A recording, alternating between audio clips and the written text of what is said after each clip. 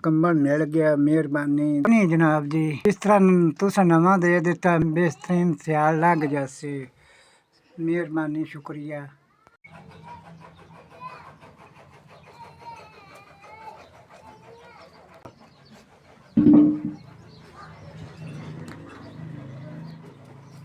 Hello अस्सलाम वालेकुम।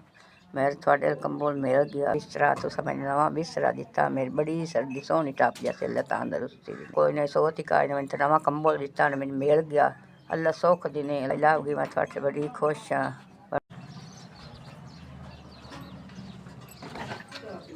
कोई दी गुंजाइश कोई नहीं, साडे उत्ते तो बड़ी मेहरबानी कीती ते तुसा नवा बिस्तरा दिता। अल्लाह तुहाडे बच्चों दी हयाती करे।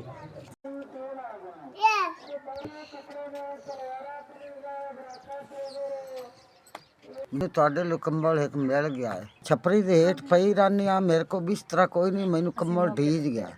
ਕੋਈ ਨਾ ਕੋਈ ਰਜ਼ਾਈ ਆਏ ਨਾ ਕੋਈ ਛਾਈ ਉੱਤੇ ਗੱਤਣ ਦੀ ਆਈ ਤੇ ਛਪਰੀ ਦੇ ਹੇਠ ਪਈ ਰਹਿੰਦੀ ਆ ਤੇ ਮੈਨੂੰ ਕੰਬਲ ਨਵਾਂ ਢੀਜ ਗਿਆ ਤੇ ਮੇਰਾ ਸਿਆਲਾ ਲੱਗ ਜਾਣਾ।